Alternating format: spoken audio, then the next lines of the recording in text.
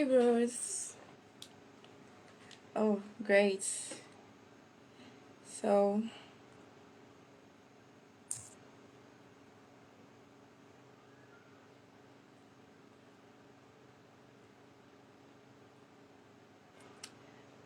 guest for today, Alimat and Hi. Hi. Hi. Hi, Alimat. How are you? I'm great. I'm fantastic. How are you? Today, I think this is the first time I'm actually seeing you. Yes, I was just about to say it's so nice to finally. I mean, we always interact, but we've actually never seen or spoken one on one. Yes, yes. So I just invited Dr. Emeka. All right, perfect. How is your Saturday going? It's going really good, actually. It's going really good. Although I'm breaking a couple of sickle cell rules, but Yeah. it's going good. Funny. Okay, so I just invited Dr. Emeka and I'm waiting for him to accept the invite. Hi, everyone. Thanks for joining us to talk about sickle cell anemia. Yes. So while we wait for Dr. Emeka, we can just, have a little bit of chit chat about sickle cell. Yes, I mean, Oops. Yeah. So we can have, oh, wow. Dr. Emeka is not able to join. I just invited him again. I think I just invited him again. So, sickle cell, I'm really grateful that I found myself in this generation because if I can recall vividly, when we were born, sickle cell was one of those conversations that parents and people hardly want to engage in. oh my goodness, don't get me started. I remember when I was younger, my mom would literally tell me, make sure. I remember my first day of secondary school, my mom Okay. pulled me aside and she told me, make sure you don't tell anyone that you have sickle cell. I don't want to Oh hear. my God.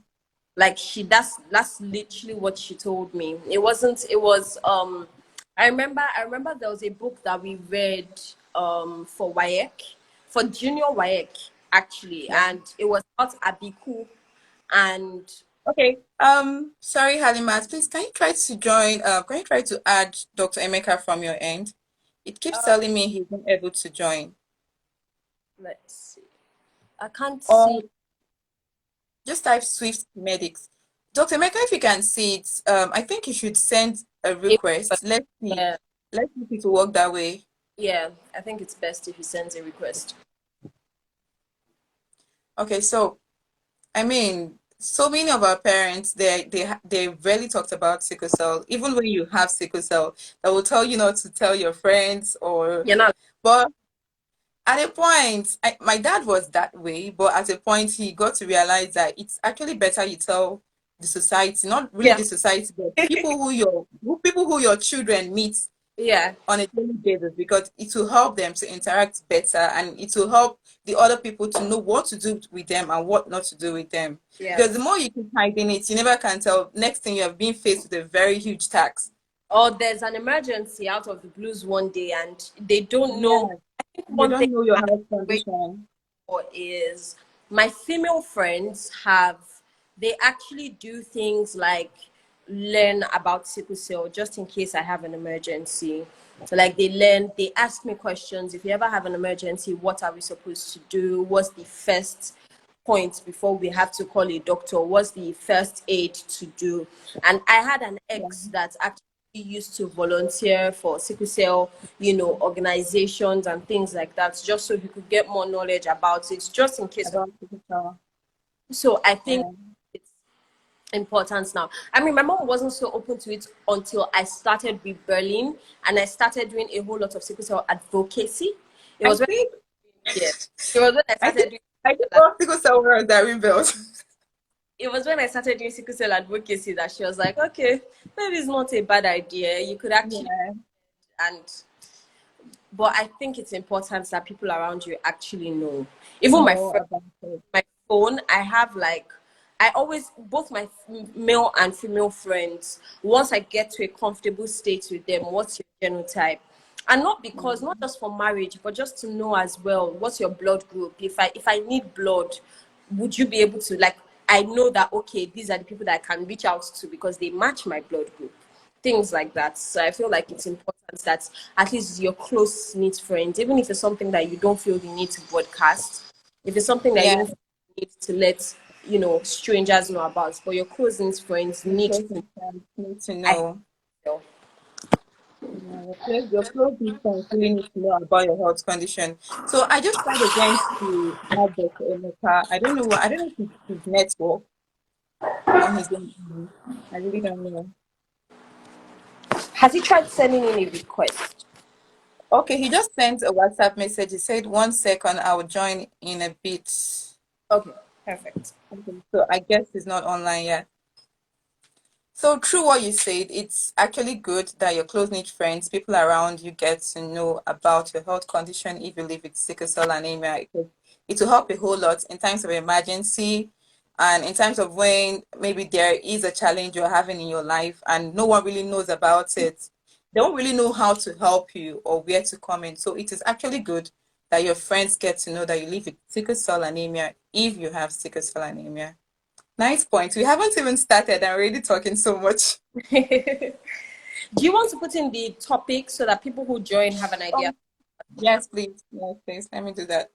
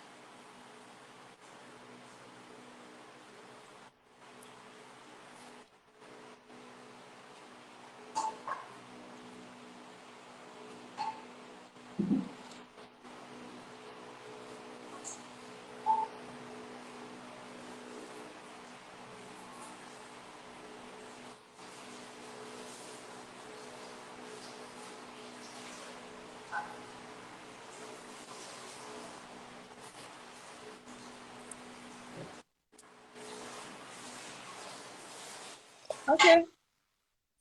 Hi, Perfect. everyone.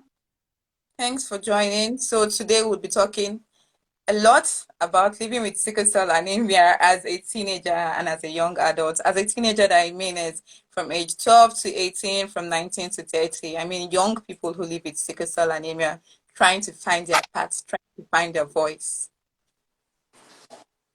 Yep.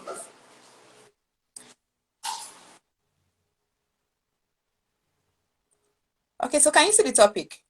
Yes, I can. It's Oh, pinned. great. Oh, great, great, great. So while we are waiting for Dr. Emeka, Miss Halimat, can you introduce yourself to us? Like, tell us about yourself. Hi guys, my name is Halima. I'm Halima Magaji. I am a digital content creator and I'm also an integrated marketing communications consultant. I am 21 years old actually, so I've been living with sickle cell for the past 21 years, and it's been a roller coaster. But apart from being a sickle cell, warrior, also a sickle cell advocate. I try my best to get involved with things that ensure that we spread the word about sickle cell. We create awareness for sickle cell. So that's what I primarily do. And that's why she's here with us today. Well done so much, Halimat. Well done. You're really doing amazing for yourself. I mean, we've been friends for the past 2 years on Instagram, and I follow you. I see everything you do. I mean, you're really changing the status quo. You're breaking the barriers about people who live with sickle cell anemia, going out there to do your thing unapologetically. So well done. Thank you. Thank you so much. I I enjoy. don't even need to introduce myself. I think I do. Yeah, do please. Yes, yes. Hi everyone, I am Abika Alice Aima Oluwahu. I am a native of Yala local government area of Cross River State. I am a food technology graduate and I hold a diploma of Chinese Mandarin language. I currently work with Miniso Nigeria as a Chinese Mandarin language translator slash account receivable officer. I found myself there. And I am a sickle cell advocate. I live with sickle cell anemia. I'm currently 27, and every day I live my life changing the status quo about people who live with sickle cell anemia, changing the narrative, redefining strong and rising above limitations, ensuring that the teenagers after me get to know that their life with sickle cell anemia is not a waste and they can be whoever they want to be, not minding that they have that genotype SS attached to their health status. So here we are. I'm the founder of the Warrior Queen Initiative. The Warrior Queen Initiative was founded in the year 2016. However, the name came about because as a beauty queen who lives with sickle cell anemia, whenever I go for my beauty pageants, I talk so much about it that I live with sickle cell anemia. And people who live with sickle cell are being called warriors. So the name came about with Warrior Beauty Queen, Warrior Queen. So that is the history of Warrior Queen Initiative. The initiative, we go around schools talking about sickle cell anemia, ensuring that the teenagers there in school, they get to know about sickle cell anemias, ways that they can take care of their colleagues, their classmates who live with sickle cell anemia, as well as even educating the teachers and the school organization on ways that they can actually better the life of their students who live with sickle cell anemia. So this is me, yours, Abika Olwohu. Thank you for joining our live today. Yeah, it's so fantastic to have you. It's actually nice to have you. Thank you. So I just invited Dr. Emeka. Okay. Yeah, come online. Hopefully he's able to join now.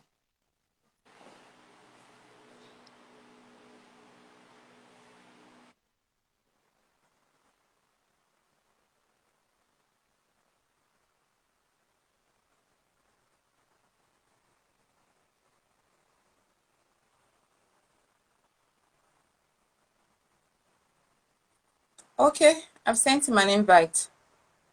So while we're waiting for him, I had some questions because I asked people to send questions about sickle cell anemia and what they know about sickle cell anemia and questions that they wish to know about us.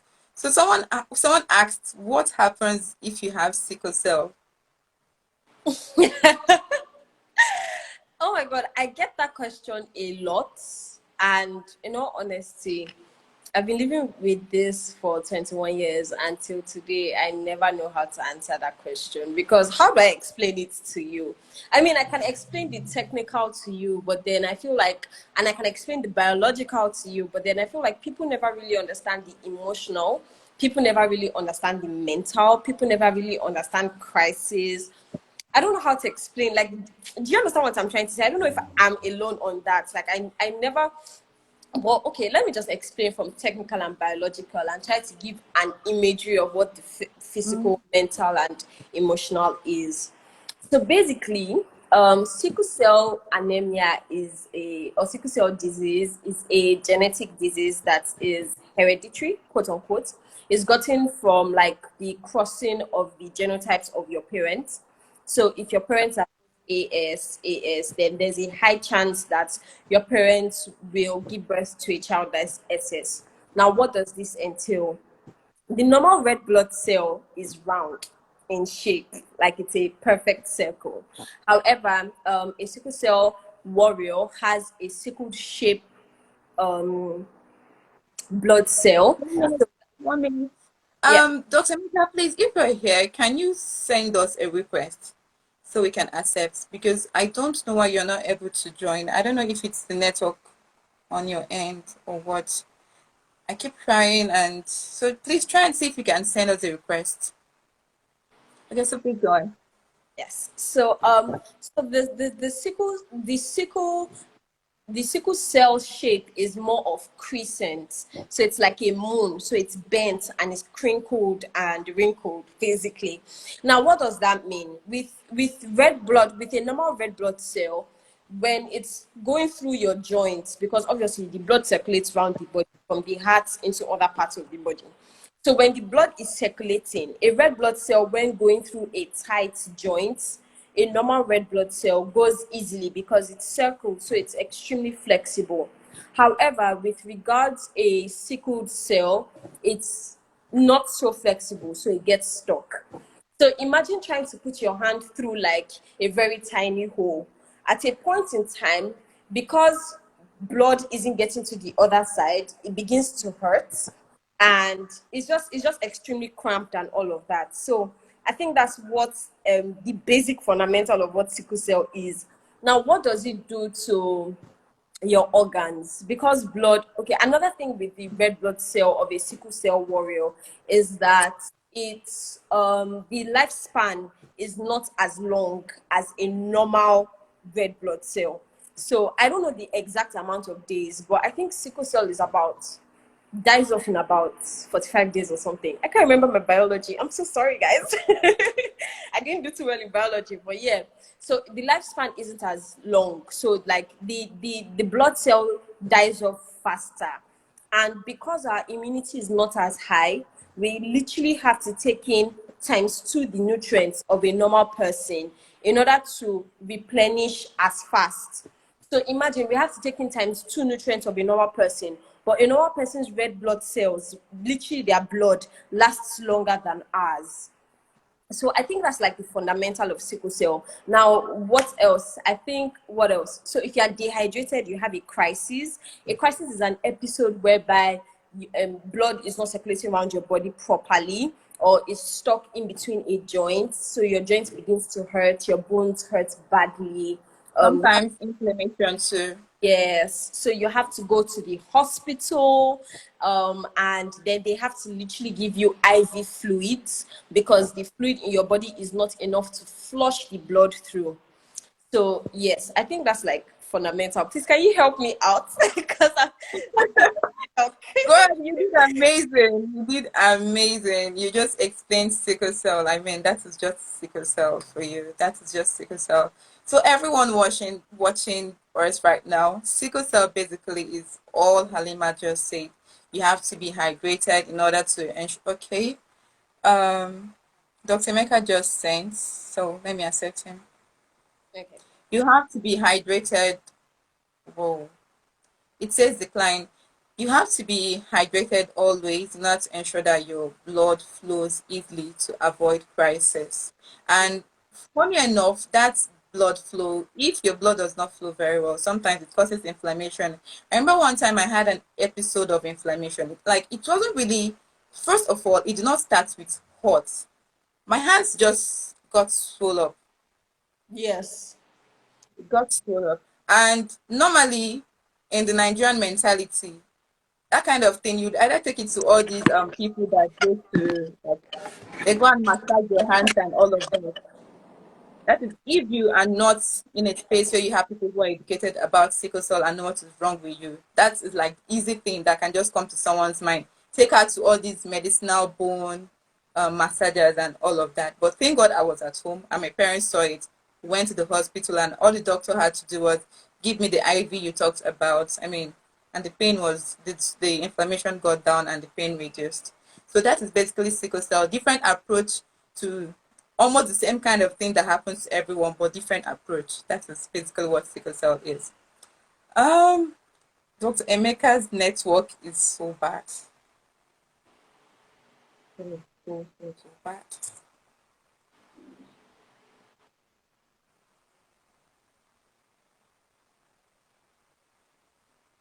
Okay, so I just sent him an invite right now. Thank you so much, Halimat. You really did a whole lot to that question. So, if I may ask, can you like tell me what your life with sickle cell has been so far? Oh, like my life with sickle cell. Hi, Dr. Emeka. Finally. Hi. Hi, Wow, Doc. I'm so sorry, guys. Like, I was having serious network hitch, but I thank God I was able to defeat that. How are you guys doing? We're Happy good. weekend. Well, great. We're doing well. I mean, it's an amazing weekend. Would have been doing any other thing else, but we're here, you know. So thank God. Welcome and thank you for joining our live. Hi, everyone. This is Dr. Emeka. He is a general practitioner. Hi. He has been a doctor with 5 years of experience. He's currently in Lagos, Nigeria. He is the CEO of Shift Medics Healthcare Nigeria. It's a mobile healthcare facility. They make healthcare readily available for you anywhere you are in Nigeria. And he is a sickle cell advocate. Welcome so much, Dr. Emeka Une. Yo, thank you. Thank you so much. Thank you so much. Sorry, give me.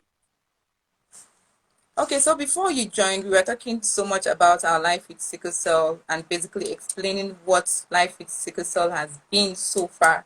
And just as I just asked Halimat, I said, what has your life with sickle cell been so far? Can you like briefly explain to us any case of stigmatization, how are you able to, I would like to say maneuver, but how are you able to live so successfully with sickle cell, breaking the barriers, doing everything you have to do for yourself, just like everyone out there in the world? Okay, so my life with sickle cell, if I say it has been easy, I'll be lying. It has been a whole lot. It has been a whole lot. I mean, I feel like I'm going to start with the fact that first things first, it's an expensive disease, quote Health unquote. condition. It is so freaking expensive. You have medications that you have to take every day. In all honesty, I said I was going to come here with being honest. I haven't taken my medications in the longest because Wow, how long? like almost 2 years. I slack, you know, honestly, I can't lie. Like I slack a whole lot. I haven't taken my medication in the longest, and my mother literally, she's always like, well, when you have a crisis, a bad crisis, you're on your own because it's not like you don't have access to it.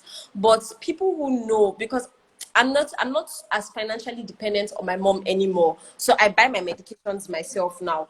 But it's so freaking expensive, and I'm just like, oh, guys, like this is so expensive. Like Very expensive. you want to buy folic acid, you want to buy acid Multivitamin, or solotone, you want to buy aspirin, Pavit, and I'm just like, Paludrin alone is like crazy. Why is Paludrin so crazy so expensive? expensive. I stopped using Paludrin years ago. Like It is I was, so no, expensive. I'm not doing this with anybody. I stopped using Paludrin years ago. I was just like, I can't afford this.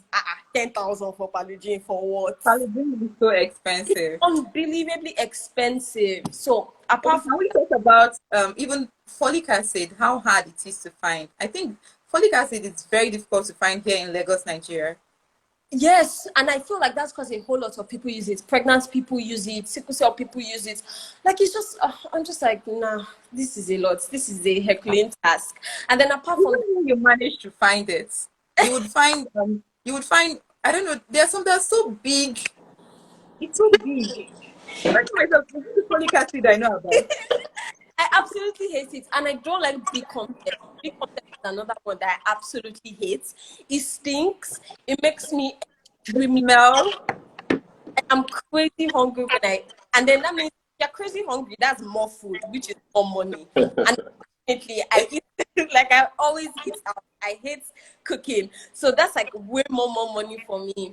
And then apart from that, even when you're not feeling fine, I remember I was in the US because I go to the US for internship during summer, every summer. So I was in the US last year. I was actually literally just telling my friend, and I actually had a crisis at a point because it got extremely cold, and I wasn't expecting it to be that cold, and I didn't have like needed clothing wear for that. So I had. yeah, I went to the hospital, and the only thing that they gave me was pen, and they saw me, and then they gave me a prescription. They didn't even give me like the follow-up medication, like the follow-up painkiller. They only gave me pen and a prescription, and they saw me for like 30 minutes, and they gave me the pen and told me to lie down, and they charged me $1,500. Whoa. wow. Really? Wow. $1,500. I was literally just Okay, imagine that in the US it is that expensive. Then how about here in Nigeria? I know Can you now imagine what people who live with sickle cell in Nigeria goes through? there were times I was in school, I'll be on admission and done. And the thing is that with Babcock, you get like you pay for medicals, but then Yeah. admission as a sickle cell patient, it's not covered under. So we're still going to talk about that when it comes to stigmatization. The healthcare system is shit. I used to use Lagoon Hospital. They cut us off at a point because they were like, their hygia doesn't cover sickle cell. And the one that covers, you're looking at nothing less than 700K for just HMOs too.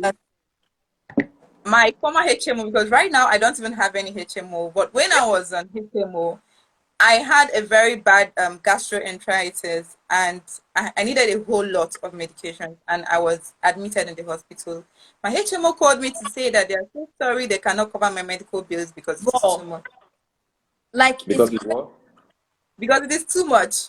they Oh, wow. do not cover. I remember there was a time, the last company that I worked with, when they were finally bringing on healthcare HMOs, like getting HMOs for the staff, I told them I have sickle cell. Please help me ask if they are going to cover sickle cell. And they outrightly told me, "Oh, we're so sorry, but we can't cover sickle cell." So there are a whole lot. So you have to end up taking like the brunt for that. So in school, despite the fact that we're paying hundreds of thousands for medicals, Babcock did not cover me. So there are times I'll go to the hospital, I'll come back and I'll get a bill of 150K, 200K, like outrageous bills. And I'm just like, so trust me, one thing with sickle cell is that it's expensive. It's expensive. And then there's the stigma to it. I mean, I always tell sickle cell patients, carry yourself with dignity, carry yourself with respect, carry yourself with shoulder pad. There are people that have tried to belittle me or berate me, and I put them in their place straight. There are people that I have like been in talking stages with, and they're like, "Oh, I don't think I can handle. I don't know if I'll be able to handle like you, your patients in this relationship." And I cut them off straight. Like I don't even, and I don't cry. I don't like you just lost a gem. Sorry. That one is between you and your God. If you can't handle me, sorry, too bad for you. So like Right. there are times that, and although I've always been around the extremely supportive people, I see people that have dated people for years and then their parents are like, "Oh, you can't marry her, she's a sickle cell patient." Right. But I never faced things like that. Do you understand? Like I've never faced, my sister has never faced something like that. I have never faced something like that. But I've had like guys that I've dated tried to like mix. Like there was a guy I was in a talking stage with, and there was a time I stopped talking to him for a bit, and that's because I was actually down and under the weather. And then it happened twice, and then I remember like the third time we had a conversation about it, and then he was, "You're always using your health as an excuse." Oh, I stopped. wow. Really? I was just like, "What do you mean?" I'm like, it's not Like even you're something enjoying it or I'm proud something? of. Like, what are you joking? You don't even Yeah. come here with nonsense. So I have so much I'm dealing with. You cannot come here with stigma. Like It can't stigma. even be an addition to it at all. Yeah, you what? You and do. Please get out. I blocked him immediately. So there's the stigma to it. There's finding it extremely difficult to find someone that's compatible with you. I've never. It's so ironic. I have never. None of my exes are A. Like none of the guys that I have met and started talking to are AS. All of them are AA. But I see my friends that are always encountering guys that are AS. Yeah. And then the ones that AA just have shitty behavior. So it's like, God, what's going on? Like, God, what's going on? Do you understand? What's So going on? it's a lot. Hi, Dr. Emeka. I think your Hi, network is stable Adita. right now. Hi, Halima. So let's go on with you. As a medical practitioner, can you tell us from your own end better ways to live with sickle cell, like healthy practice that all sickle cell patients need to know and do? Okay, thank you very much, Dr. Ebika, for that brief introduction. So first of all, I would like to say sickle cell, like sickle cell is actually a serious thing, you know. Currently in Nigeria, Nigeria ranks number one in the world for the highest prevalence of sickle cell. And still, a lot of people don't know about what sickle cell is. A lot of people don't know their genotypes. When you talk about sickle cell, they're like, huh? Like, you know. So I feel like we need to break it down so people get to understand in a very clear and easy form. So basically, the first thing I would say when it comes to healthy practice is everyone has to know their genotypes, okay? You need to know your genotype to secure your future for marriage and compatibility sake, for the sake of the unborn children. So when it comes to healthy and safe medical practices, um, I'll also say the role of sickle cell awareness and early education cannot be overemphasized because these kids, when they get to know about their genotype, know about sickle cell and the compatibility chart, they hear it at an early stage. They're not getting married soon, but it sticks and they keep on hearing over a period of time, over all through their lives, and they're able to make the right kind of decisions. Um, and also, I feel like this kind of awareness, a lot of people are already making this kind of awareness. So we just need to do more. Like we are already doing. We went to this secondary school. We did the free genotype test and created the awareness. So those kind of avenues help create the awareness and make people more aware. So for people living with, also I would like to narrate a quick personal experience. For me, what made me passionate about sickle cell and wanting to go into advocacy for sickle cell was my experience when I was doing housemanship. That was in 2019. When I was, because in the housemanship, you had to work through all the departments, the major departments in the hospital. So I was in the pediatric department taking care of children. Then I remember one night I was on call and I saw this 2-year-old boy just crying all through the night. At that time, he hadn't been diagnosed with sickle cell disease. His parents were unsure because during their marriage, there was a little issue like with the genotype results, and in the end, they didn't confirm. So eventually, like, because this child presented with all typical features pointing towards sickle cell disease. So we decided to carry out the genotype test, and lo and behold, it came out to be SS. And that kind of situation, what we do, we take it to about 5 different labs to do a confirmation, you know. So, I mean, and I felt the boy's pain. He had no idea. It wasn't his fault. He didn't give it to himself, you know. But I just felt like if proper awareness and education was done for the parents, they would have been able to um, make the right decision for the child's future. I feel like in some places during marriages now they make it a compulsory thing to check a genotype. So people living with sickle cell, first of all, the first tip we'll give them for anyone watching this, first things first, you need to stay well hydrated. Now, when I say well hydrated, I mean you need to take a lot of water, like regularly. For adults, we'll say one at least like 5 liters to 6 liters of water if you can.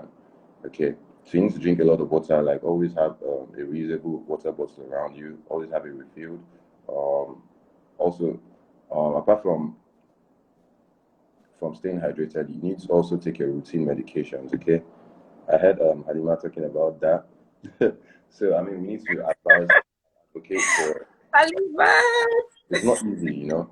And big shout outs to companies that are giving these medications for free. Okay, I Yeah. really want to give a big shout out to NOB Foundation. They've been doing those beats for some years now, and I really wanted to commend them. Also, people that like companies that make this drugs free and very subsidized for people that need them. You need to take your routine medications, and also big shout out to companies that make these routine medications more tolerable. There's a company called Gumvites. Gumvites make multivitamins in form of gummy bears. So these gummy bears, they come in different flavors, and they make it very palatable. They make it delicious too. You see, You could folic put it acid. down to Halima. Yeah, Alima, you need that. You see folic acid in form of strawberry flavor in a gummy bear. Ooh. You know, so like it's really, really That one. yeah. That because I understand how the smell and the taste Oh, can be. smell, God. Trust me, The I understand. smell is something else. Smell. Anytime I get pico, Wait, I try to keep it far away from my room. The smell is Yeah. something else. And the thing about me and smell is like since I was young, there was a time I was sick when I was young and I had this smell of Biko and that thing messed me up. So anytime I smell that, I get that feeling and I feel like, yo, that's terrible. So if there are ways we can have these medications more palatable, because the main thing is the compliance with the medication. Just any way, in the form of gummy bears, if it's liquid, they want to do anything. So these pharmaceutical companies need to definitely Dr. consider that. Emeka, Hmm? I'm sorry to cut you short. We Yeah, just talked about Biko now, and I remember back then in school, I'm in high institution, oh, and yeah. someone told me, what kind of perfume do you use? You're always smelling of drugs. Oh, God. Oh, wow. How old were you at this time? I mean, I was in high institution. Wow. Like what I felt like perfume the do ground you should just open. right? And I know why. Because I always take my medications with me in my bag just to avoid that I forget taking it in a day. Hmm. Because by the time I'm leaving the house, maybe what I took is not really enough for me to take those medications.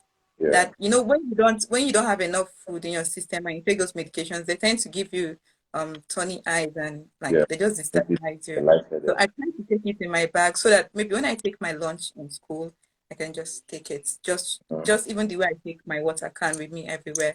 And the person said, what kind of body spray do you use? You smell Wow. of blood. Oh my God. And I'm sure it was Biko that caused that one. Wow, that's so crazy, Yeah, you can do. Like we said, that's the whole point of doing all of this. So people are more aware and they are able to support the warriors that are going through this. Then apart from routine medications, I also say eating healthy because um, yeah, eating healthy, knowing what you eat, research on the foods, and staying strong and healthy. Okay, then also people living with sickle cell also need regular health checks and um, regular doctor's visits. So you need to have a um, regular check, do some lab work and some blood work to just in case just regularly. It doesn't have you don't have to be sick to do a blood check. Then also you need to people living with sickle cell need to exercise with caution and they need to do this exercise in bits and they need to know their limits. Okay, what's the limit might be different from what someone else's limits are. So like we said, obviously when you're exercising you get to sweat a lot and lose a lot of water. So you need to stay rehydrated while you're exercising, right? And know your limits. Don't I would say don't engage in um, high activity sports because for instance, at ABC, ex rugby player, at ABC played rugby Yes. professionally for 10 years. He had the whole stigma in the gym. He couldn't work out with his peers because they were always discriminating, like, this guy, you won't die, that kind of thing. But he was still working out, and if you see him, he looks healthy. He was able to work out, play professionally, and break all barriers. So I wouldn't say don't do high activity sports. I'll just say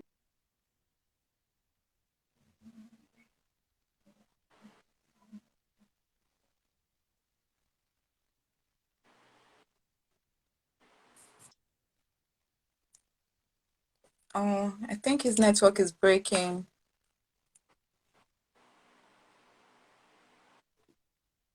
I think your network is breaking, Dr. Emeka.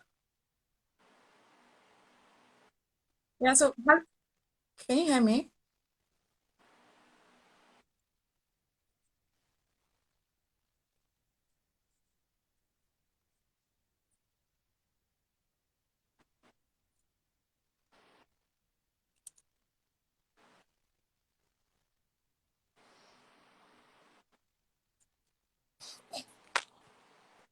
I think his network is breaking. Halimat, yes. I think Dr. Emeka's network is Yeah, breaking. breaking on my end as well. It's It's breaking. unstable. Okay, why? Okay, But can you guys hear us aside Dr. Emeka? Let's know if it's general. I mean, I can hear you perfectly. Oh, okay. He was talking about Mr. Adebisi. You know him, right? Yes, I do. Yes, I do. Yes, the Nigerian British rugby player. God, amazing, amazing, That's amazing. so. Honestly, I think that's out of the blues. Like that's one in a whole lot of us. Like Number one, when I number one. I literally had to follow. I went through his page, googled about him because I was like, this is fantastic. I can't Very jog without fantastic. almost fainting on the floor. I really can't. Like When I was in high school, I fainted. because of sports. It's crazy. They used to call me waste pipe in my college, in my high school. That was a name that they give to anybody that is not good in sports or physical activities. So clearly, I was one of them. So Yeah. there was this term that we really didn't have much athletes to go on the, what do they even call it? This sprint they even call it cross country, yes, to go for cross country. So they said, okay, everyone in this house, because I attended a boarding house, everyone in this house just join and stop to a point. And they couldn't like exempt me from the whole exercise. They said, just join, just stop. And I joined. Halima, I fainted before we even got to Like the gate of the school. honestly, I feel like David is one in 1,000 of us because it's not Yes. participated in sports. I didn't yesterday I went to the medic and I wanted to get some and the guy was like, oh, it's like 2 streets away. I said, sorry, sir, you and I were not made from the same material. I'll wait for my dad to just drive. I'm not walking it. I'm not because once I do, I just begin to pant. Even when I walk up Um, stairs, I don't know if I'm the only one. I walk you're not doing it. upstairs. I remember the office I used to work at before I switched to working from home. We were at the last floor. So once I get up the stairs, I have to literally sit on the floor every morning. So the thing is, once I go up, there's no coming down. Even to get food, when Jumia food comes, I'll call there, I'll beg them to just come upstairs. Come on. Because once I get up the stairs, I pants, sit on the floor, settle down before I can go in and start work. So honestly, he's really one in 1,000. Honestly, Miss Adebisi, if you're right here, we just want to give you a thumbs up. Like Like you're doing amazing. you're Like I breaking can't the status even quo. imagine. You want Right. to sit at the table. I mean, I wish he was here on this live video. It would have been so inspiring. But Yeah, we that's the wanted him to join, but he has a very busy schedule. right. I mean that's the goal because like the idea is for people to see evidence. Because if we just keep telling them, oh, you can do this, you can do that, and they're like, oh, story. They told me, my neighbor told me, they brainwashed me. I must believe it. I want to stick to it. And Yeah, like when there are facts and there's evidences, you're like, oh, see this man played. Like even though because of his injury, he'd have still been playing. See this beauty queen, like come on, like she's doing what she's doing. She's still, see this beautiful content creator. See this, everyone's doing amazingly well because they're doing. Because I mean, that's why you guys still need to share those tips, those personal tips, so people are able to relate. You know. So yeah. Like I was talking about briefly before network. Sorry about that. So I was saying, if you're living with sickle cell, you also need to know your steady state PCV. Okay, your PCV is your pack cell volume. That's the level of your blood, usually measured in percentage. Okay, you check your hemoglobin level and multiply by 3. So um, usually the doctor check how you can check your PCV is from your blood work. Your doctor will check your PCV, and over a period of time, you're able to know your steady state so that when the hemoglobin level is less than like 3 milligram per DL of your steady state, or you're beginning to feel some kind of symptoms, which could be range from the pain crisis to other forms of crisis, to like maybe you noticed more evidence with the yellowness of the eyes, which we call jaundice, or you notice other signs, then you know that okay, um, I'll need to check my PCV, okay? Or you're feeling lightheaded or you're just feeling weak in general. Then there are also other red flags that we need to notice, like you need to also be observant of any little body changes, like your urine color, because obviously we know how our urine color is meant to be. Okay, it's meant to be straw, transparent colored. Sometimes it could get concentrated, maybe yellowish because of medications and supplements. But once you get something that looks darkish, like a bigger shed, then you know that no, or once it looks like Coca-Cola or Lipton colored, Yeah, uh, Coca-Cola. it's a problem. You know that your red Mhm. cells are breaking down more, and that's what we call in medical term hemolyzing. So your red cells are breaking down. Then apart from this medical tips, I mean in general, I'll also tell people living with sickle cell to stay positive because, for instance, you guys have always kept that positive mindset. You didn't let whatever was told to you to break you, or the things they told you about, why do you smell like this, why this, or the things with Halima's relationships, all of that. She didn't let them, like you seeing the positive in it and knowing your worth, and you know those positive affirmations continue. That's what will keep you going. Okay. So definitely we need our family and community support around us.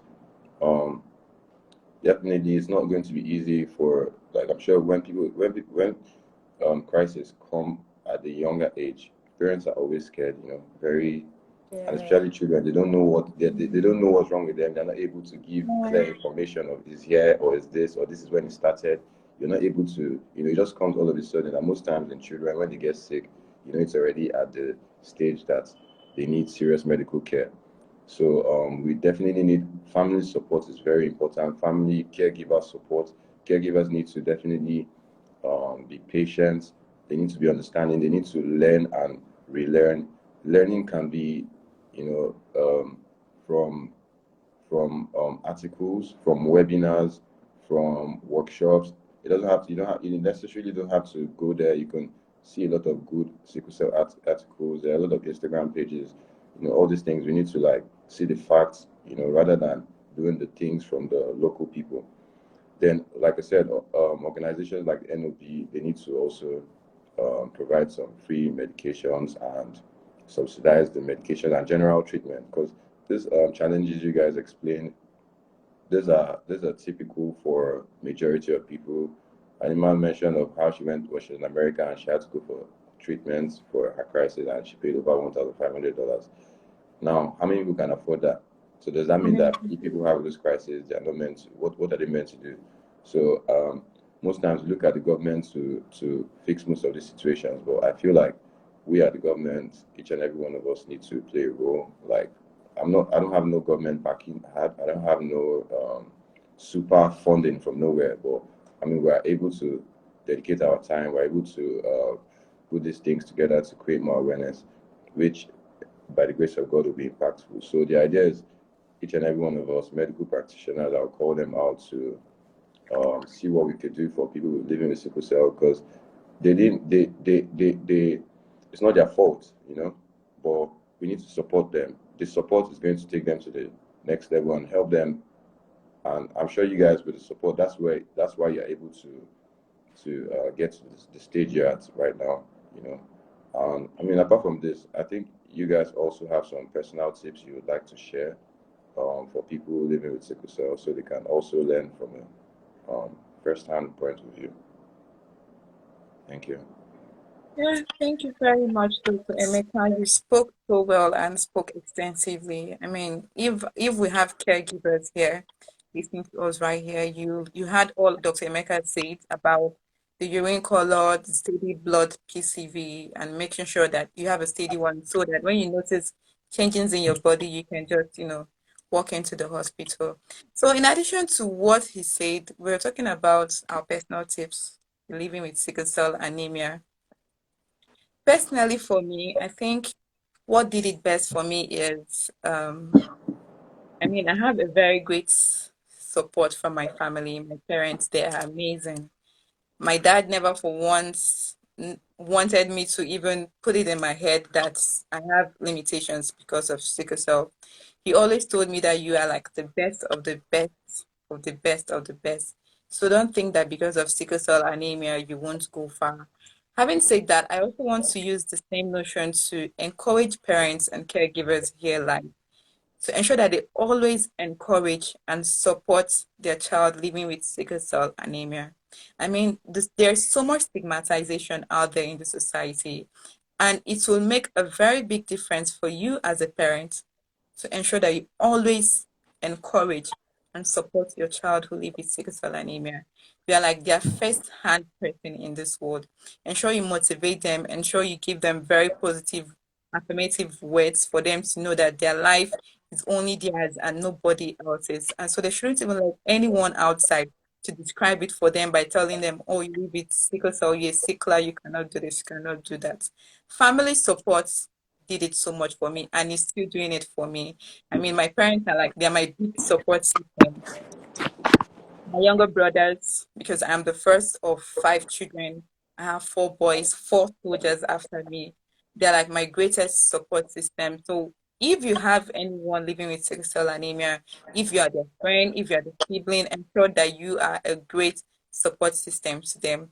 And I think the second tip for me is because right from when I was young, I noticed that one of the things that made me fall into crisis more was mental stress. Yes. Mental stress. Anytime I start to think about something for too long, it is I will definitely fall ill. I will definitely fall ill. So whenever I notice that there is something trying to take my peace, I try as much as possible to remove it. Any way possible. Just, just go. I try as much as possible to remove it. So that's the second tip for me. I try as much as possible to control mental stress. I don't want any of it. My mental health is very much important.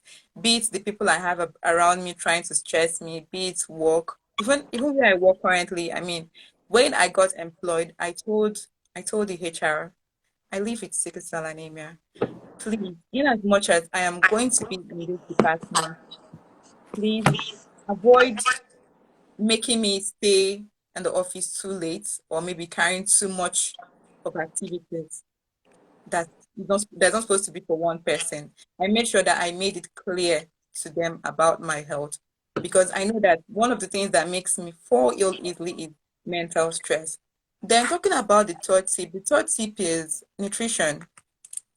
There was one day I was talking about the financial expenses of living with sickle cell anemia. I told someone that I think my money goes mostly to healthcare. Let's say 70% goes to healthcare, 30% goes to my nutrition. Yeah. Wow. 70, I think 70% because of I mean I have to pay doctors.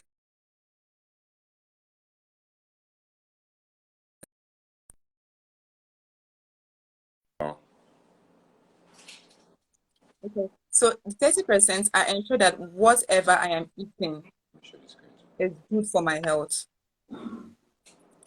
I ensure that I take fresh fruits, vegetables, carrots. I mean, anything that I know that is so good for me. Beetroot is actually another thing that does it for me. You take beetroot, Halimat. No, Beetroot. I've actually That tasteless thing is so tasteless. I, I have never tried it, but I take fruits a lot. Like right now, there's fruits in front. There's always What's that? What are you taking? pardon What fruits is that? apple. Apple. Okay. Apple. And there's What apple, other fruits do you take? there's agbalumo, there's banana, there's watermelon all in my fruit. There's Banana is always my second food. Like Very I can take a big bunch of banana and I'll be I satisfied. love banana much. I, I I love love banana it. so much. I I love love banana so much.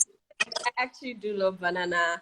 And for the first time, I actually took a mango for the first time last year. And ever since then, Oh wow. yes, for the first time in my life last year. But ever since then, I love. I'm not a fan of watermelon, although I feel like that is because it has, especially if you're not I don't know if it's just me, but I'm not so good with water. It's not water that is in this cup. I've been on this morning. It's not water that is in the cup.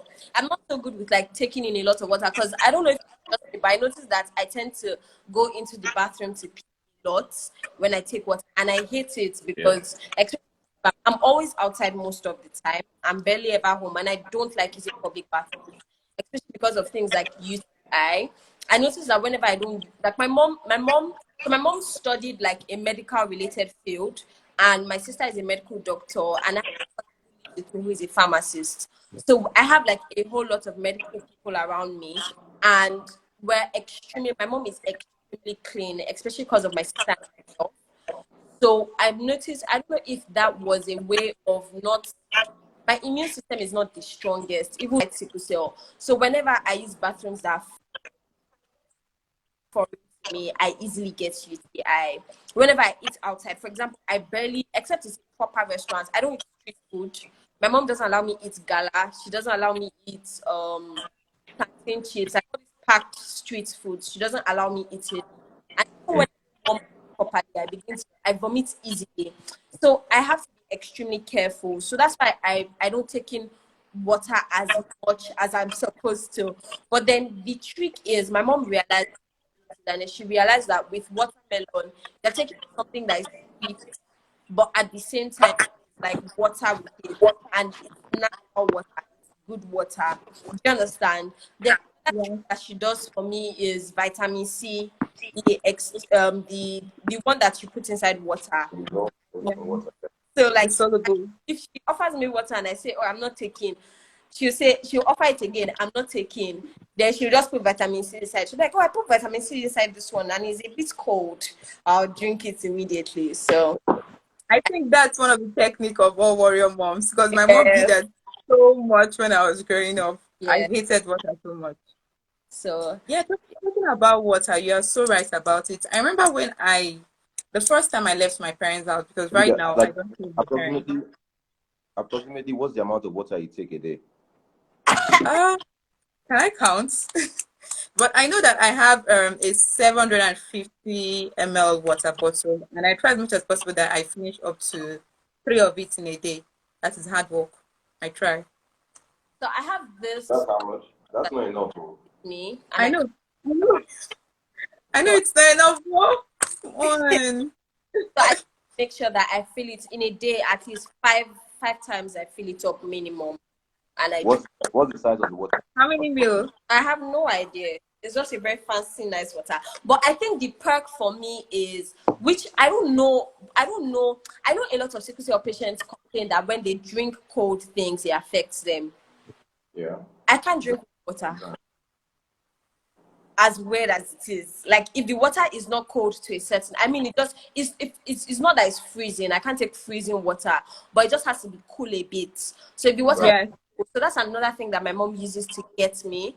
So if she offers me one more time, like I'm not taking, then she'll make sure it's cold. Maybe put it in the fridge for a bit and then bring it, and then she's like, "Oh, this one is cold." So that's another reason why she got me this. So when I put cold water in it, it keeps it cool at least to a certain Yeah. extent for a certain period of time. Yeah. So yeah. We are talking about the safety of the food and water we take. I remember when I first relocated to Lagos, that very first year, I had my very first case ever of gastroenteritis. Dr. Meka, you know about it, right? You know gastroenteritis. Yes. Then Yes. imagine someone who lives with sickle cell having that. I Is that mean, ulcer? No, no. no, It's like diarrhea, maybe food poisoning. You're having repeated diarrhea. Oh, I used to have Okay. that a lot in school because I used to eat street food in school a lot. Like every exactly. time I had a stomach infection. Like that's the irony. I was always in the hospital, never for a crisis. I was in the hospital either for a chest infection or a stomach infection. That was it for me in school. It was so tough for me then. And the doctors were like, "What kind of water do you take? What kind of water do you take?" And I was like, "I don't know. I just relocated to Lagos. And I know that sometimes it's not the same water that I took this week, it's the same water I will take next week." So at a point, they were like, "Okay, you know what? Just have a stable water Water, source.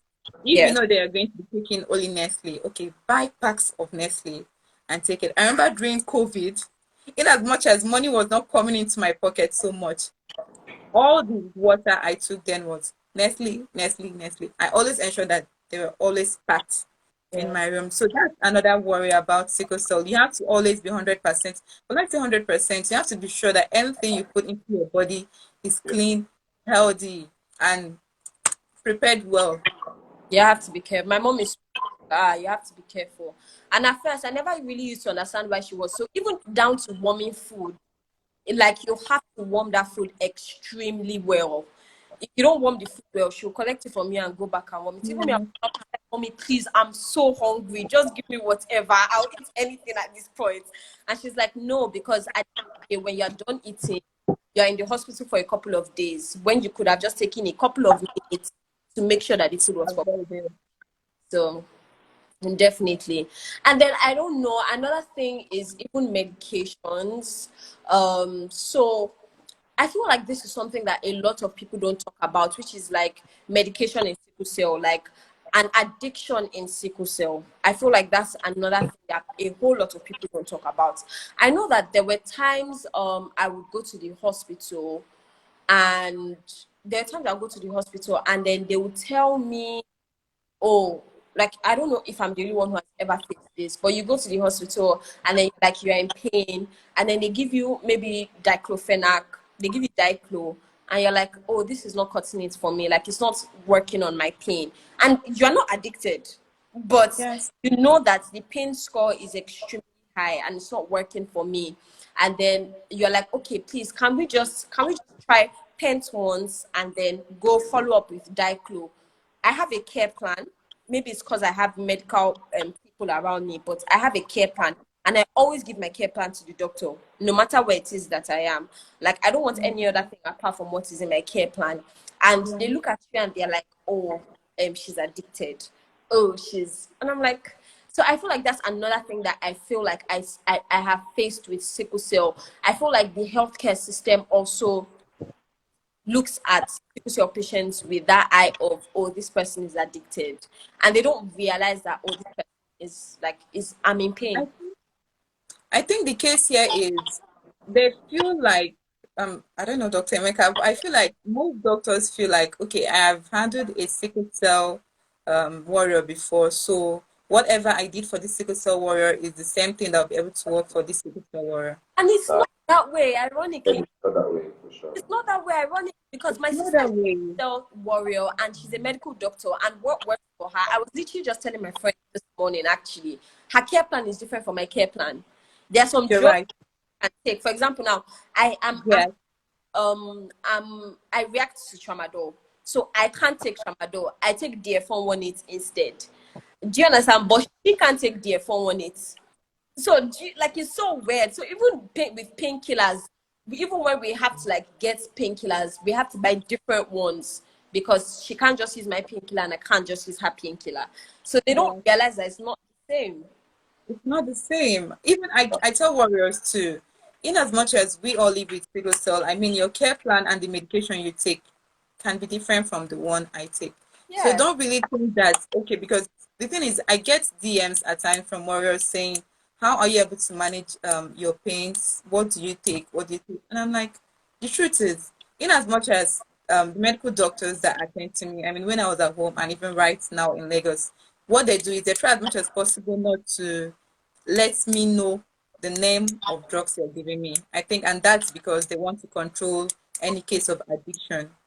So I tell warriors that the drug I take cannot be the same thing that you would take. So even if I tell you now, it is not safe. It is not a safe medical practice for you to just walk into the pharmacy and say, give me this medication.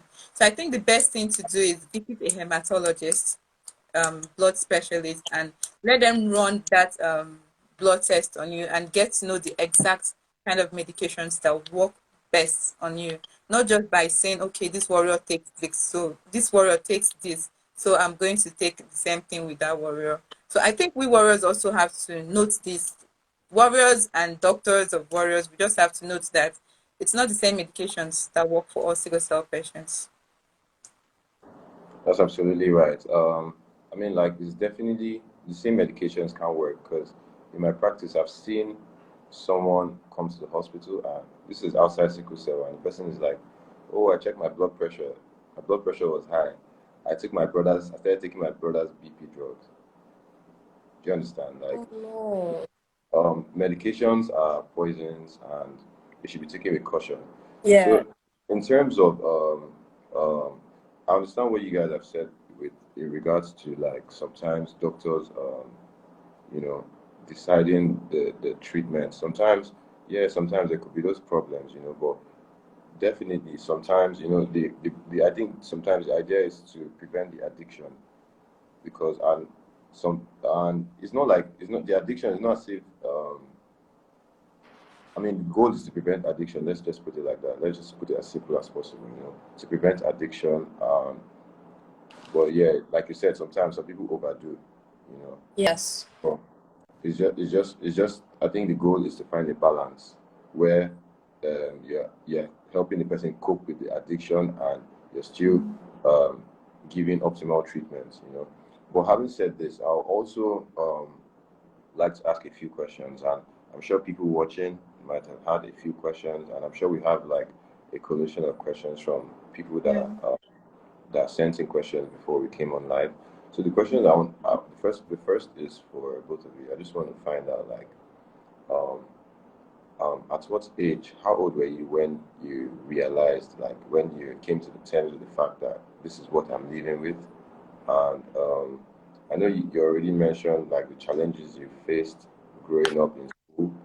But apart from the already mentioned ones, are there other challenges that you faced that you feel that people that are going through those kind of challenges can cope with and come out of? So I just want to know like how old were you when you first knew you had sickle cell, and what your first crisis, like that experience, and what kind of challenges you faced um, in school. And I think we could just use that. Then after that, then we can round up slightly. Okay, who's going first? Okay, should I go on? Yes. Yeah, please. Okay, so talking about my case, I wouldn't say that there was an exact year that I knew that I had sickle cell, but I know that like when I grew up, my parents just had to tell me the story on the first time that they themselves found out that their child with sickle cell. So according to my parents, they found out when I was, let's say, a month to 2 years old. And that happened because I sipped my father's palm wine, alcohol. So the alcohol caused dehydration, and that dehydration was so bad that I got hospitalized. So their case aside of them knowing when of them knowing that their child lives with sickle cell, talking about me when I got to know. So right from when they found out about my health condition, what they started doing was that they tried as much as possible that they tried to inculcate that ideology into my head that you are a special child. It's not everything that other people are doing that you can do. So I know that I can remember vividly that I grew up in this very special care. In my primary school, primary schools in Nigeria, when you have nap, most times you're made to just lie down on your decks. But because of my health condition, my parents had to get a mat, a thick foam mat for me in the school because they wanted to avoid any case of me coming back home with crisis. So I had that very special care right from when I was little. My mom always told me, "You're a special child. You have a special, in short, you're a special child. Just know that you cannot do this thing that other people are doing." Then let's just say that it now got to an extent that I now had to know, okay, yes, this special condition with me, what they call it, it's because so I think that was, in short, that is how I found out about my health condition and what the name is. They started by nurturing me up with so much love, making me know the things I can do and the things I cannot do. And then it came to a stage in my life where I had to be aware that, okay, yes, this is the name of the health condition that I have, and this is the best way to live with it. So practically, that is just how my parents informed me about my health condition. They started by nurturing me up so much love, so much of it. It's not everything that other child or that other children are doing that I got involved in. Any school I was in, they tried as much as possible to tell my teachers that this person, I mean, my child lives with this health condition. But based on how little I was, I couldn't really understand what this health condition is called. I think when I got to know, okay, this is the exact name of the health condition I'm living in was in my JSS1, when you are being admitted into a federal government college, I attended federal government college in Enugu. When you're being admitted into a federal government college, you're made to go to a government hospital for health checkup and details. And what made me to know was because when I say there was this nonchalant medical lab scientist. My friends know a lot about the story because I told them a lot about it. And this woman brought out my medical test. Instead of this woman to just quietly, I mean, because my mom already knows that yes, her child is with sickle cell. All she just needs is just to get the paper that's taking her health details. Instead of this woman to quietly just take this paper and say, okay, take this is your health result. She said it in Igbo. Nwanyị, mana nwa gị nwere sickle cell, mana nwa gị wụ sickler. Dr. Meka, you understand that, right? Oh, wow. Yeah. Igbo language. She just Oh, wow. nonchalantly just said, your child lives with sickle cell, your child is with sickle. I think that was when I came to realize that okay, this health condition I'm living with is called sickle cell. Okay? That is my story. Yeah, that's an interesting story, I must tell you. And I feel that in medical practice, for me, finding out someone has something is the beginning. For instance, you see someone that has HIV, you just say, oh, you have HIV. Nah, the goal is to No, cancel you're not supposed to do that. Yeah. all throughout. You But cancel the we person, have so many of those you know. nonchalant ones in medical I mean, practice. like, what even happened to her doing a recheck? What if there were lab errors and you don't have that? Do you understand what I'm saying? So, like, the first step is not to just make the person, because the person is already going through something. So, A you lot. adding Yeah. that is not going to help at all. So, with already your experience, you're a medical practitioner, the least you can do is to advise them, counsel them, and encourage them. So yeah, it's what it is. Like I said, that's the essence of doing all of this, so that people that are healthcare workers or caregivers can know the right thing to do. And Halima, I also like to know your experience. Okay, so my mom found out I had sickle cell when I was about 2 years old. So that's about the So same age.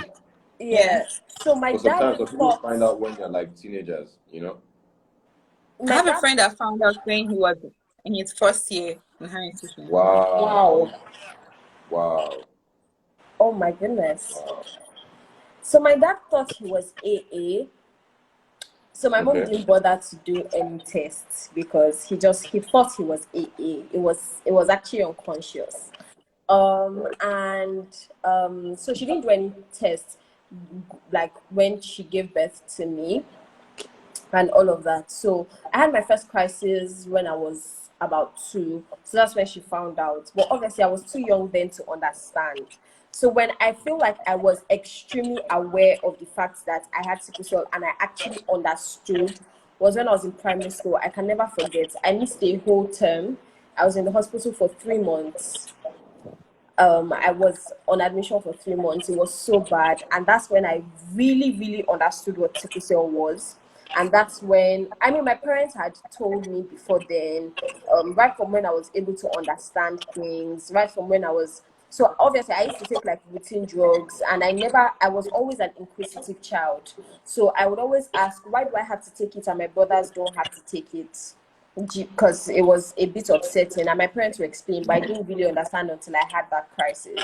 So that was when I really understood what sickle cell was, when I had that crisis, and then I realized that okay, this is actually a big deal, and I need to understand it properly. I remember, I don't know if you guys know that book. There's one book, How to Live or How to Cope with Sickle Cell, is green and white. A small I book think like I know that. the book you're Yeah. So talking my about. mom got it Oh, for I've never me. heard this. So my mom got it for me, and I read up on it, and I began to understand. And I used to have, like, anytime I have to go to the hospital, which is another habit that I have formed. Anytime I go to the hospital and I'm being given something, or I like to have conversations with my doctor. Basically, Very what's Very wrong important. with important. me? What are you giving me? Why are you giving me? How is it going to help? Do you understand? So I feel like that also gives me not just like my own experience and perspective of sickle cell, but also a biological and medical perspective of what I need to do as a sickle cell patient. So that's how I knew. Yeah, basically. And then for something that I feel like I have struggled with, minus what we have said, is I feel like there are some times that we don't realize, but we are self-limiting. Like there's a difference with society limiting us, and then there's a difference with us limiting Definitely. ourselves. There are Yeah. certain times that sickle cell patients are actually the first ones to stigmatize themselves, and then after that it opens the door for the rest of the world to stigmatize you. So I feel like that's one thing that I struggled with initially, and there are even times up until now. I know that there was a time I took like a major break from work because I was tired. I don't know, apart from being medically or physically ill, there are times that as a sickle cell patient, you are either emotionally tired or mentally tired because of the adverse effects that it can have on you mentally and emotionally. And I was mentally tired, and I know that there was a major gap in my work for about 6 months, and it took me 6 months to realize what I was doing to myself mentally. It took me 6 months to realize that I was doing self-pity to myself as a sickle cell patient, coming from the perspective of a sickle cell patient. It took me 6 months to realize that I was limiting myself and doing it purposefully because I was just tired of having to be a sickle cell patient, and I was letting it get to. So there's so many times you have to be your own motivation. You have to pick yourself up as a sickle cell patient, and you need to realize that, girl, yes, you're in this predicament already. There's nothing you can do about it. So pick yourself up and keep pushing. When you need to rest, take that rest. But once you are done and you feel like you're good enough, please pick yourself back up. So yeah. That's very, very, very important. The self-affirmation and that self-stigma is a problem, and I'm happy you were able to live through that, and because first thing is for you to realize what the issue is and what you're doing wrong, and you're able to cope through that. And I'm so proud that you were able to do that. Then I also want to oh, it looks like Halima's video is breaking. Yeah, she just sent a request, so I'm trying to accept her.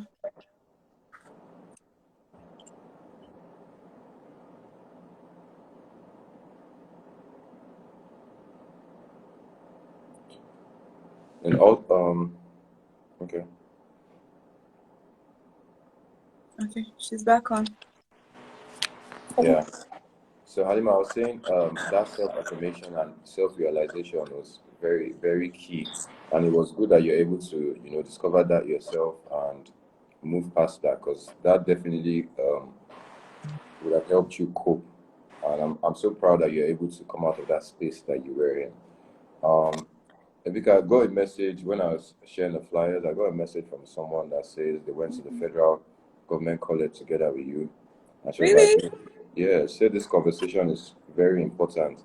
That it's so impressive to see how she contributes to sickle cell awareness.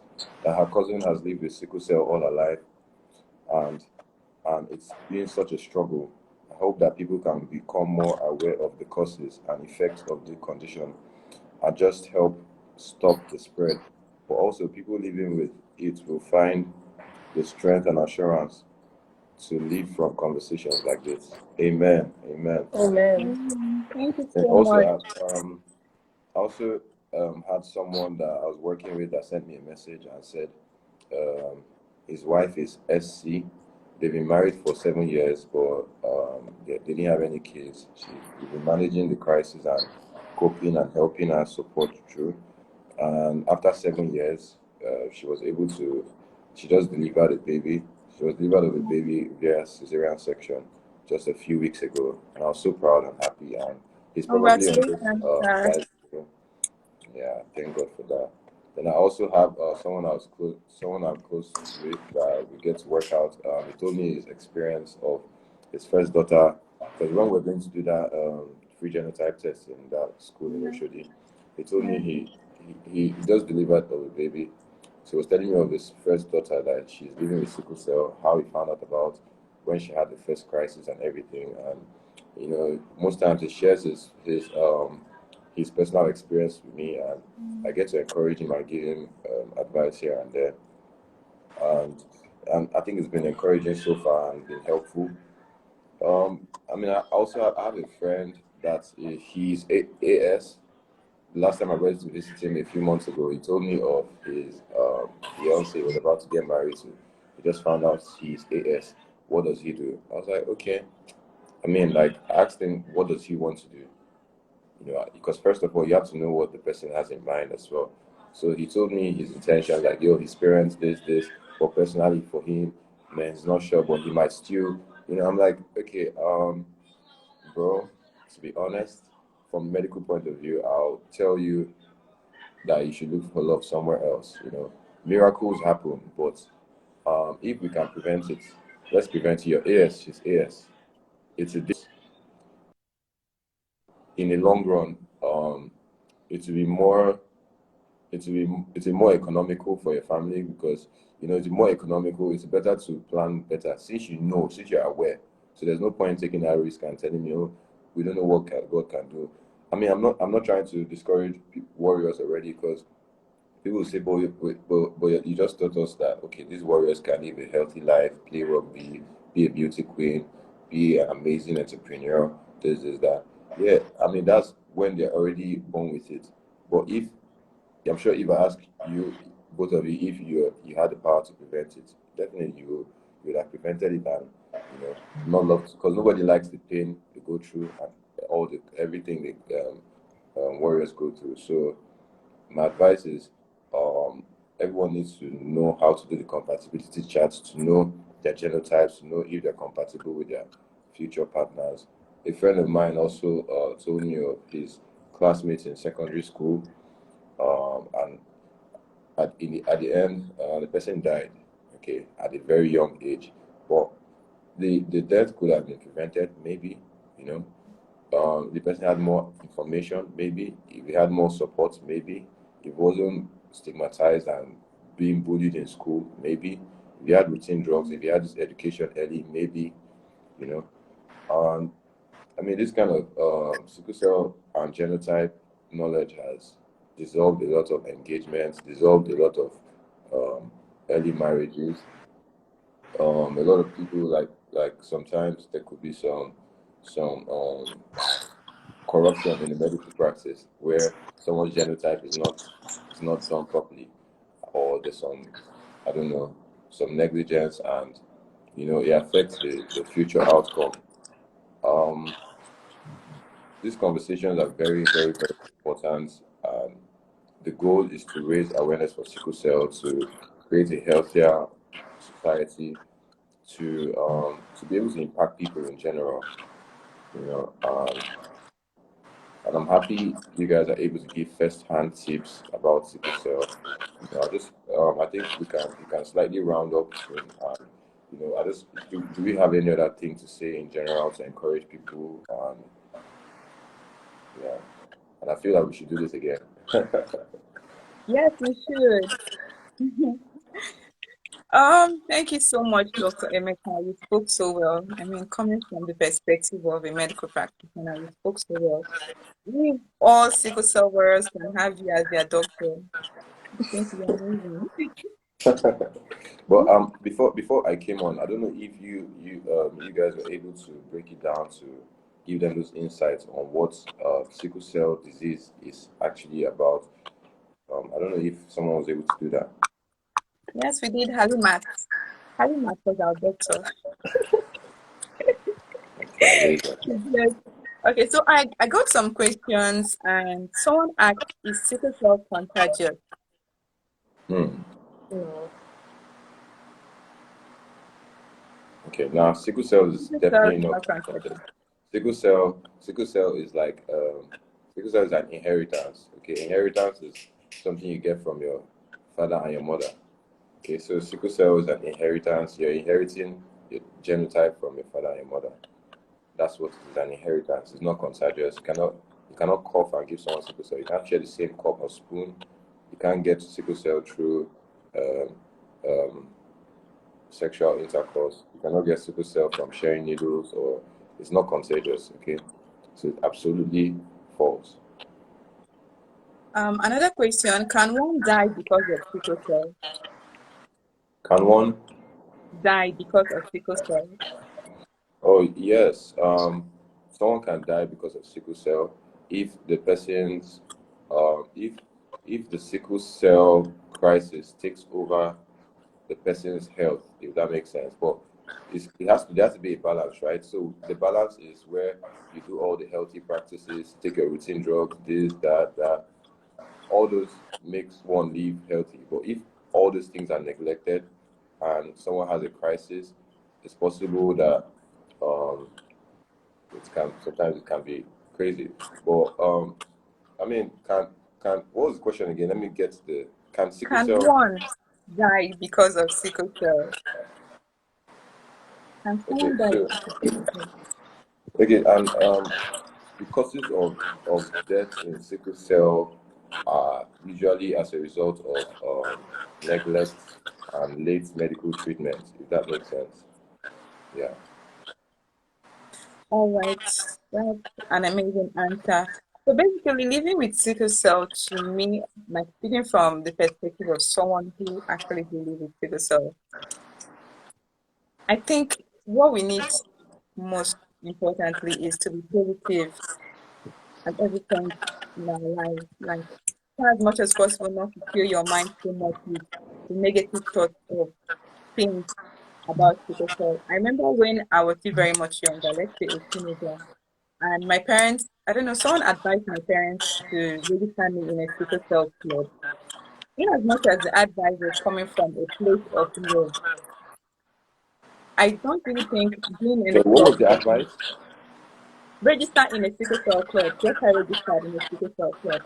And hospital sickle cell clubs, most at times what they do is come over, come to medical checkups and all of that. At that very young age I don't think it was beneficial to me because I eventually won. The kind of things I saw, the experience, I don't know, the way I saw the other people there, it was not really encouraging to me. So I would say that the best thing that you can do as a person living with sickle cell is surround yourself with a whole lot of positive people who believe that you can have a very meaningful life, irrespective of the fact that you live with sickle cell anemia. Death can happen to anyone, even if you're AA, AS, SS, SC, death can happen to anyone. So don't put it in your mind that because of sickle cell, you're going to die. Another question I got is, if you have sickle cell, will it reduce your lifespan? Great, sorry guys. If you have more questions for people that are watching, you can drop them in the comment and we'll answer them before we're done. Yeah, go ahead, please. If you have sickle cell, will it reduce your lifespan? So if you have sickle cell, will it reduce your lifespan? Reduce your lifespan, yeah. So it's still I feel it still answers the same question that they spoke about death. Okay, like I said, if you practice healthy, if you do healthy health practices rather, you can live a very healthy long life. When I was doing my research, the oldest African that had sickle cell, she died at the age of 95. That was Yeah. about 3 or 4 years ago. Yeah. Okay, she lived a healthy life up to that age, and she was able to live healthy. Most times, what happens and causes this reduced lifespan is neglect. Now, that's why I gave all those tips about taking water, knowing your steady state PPV, knowing your body. If someone is feeling lightheaded, you won't neglect that and say, "Oh, maybe it's this." If someone is having a chest pain, you won't say, "Oh, like let me just leave it until the chest pain takes over me." Someone is having repeated infections or having injuries, you won't leave the injuries untreated because you know infections can get there and take over the body. If someone's having complications that might need medical treatment and you speak to a doctor, definitely those things will be taken care of. But if everything is neglected and, for instance, someone is feeling lightheaded, someone is having low blood count and serious jaundice, having complications at some point, maybe the person is not even eating and the person is neglected, even if the person doesn't have sickle cell, the person might not survive that. Okay, so sickle cell is just like every other kind of sickness, any other kind of disease. As long as we are on top of it and we know this is what is causing it, this is where this is coming from, this is it, you can live a healthy, normal lifestyle. Okay, so Yeah. in terms of the lifespan, we can just say is relative because we don't own our lives. Someone that doesn't have sickle cell can be born and still die.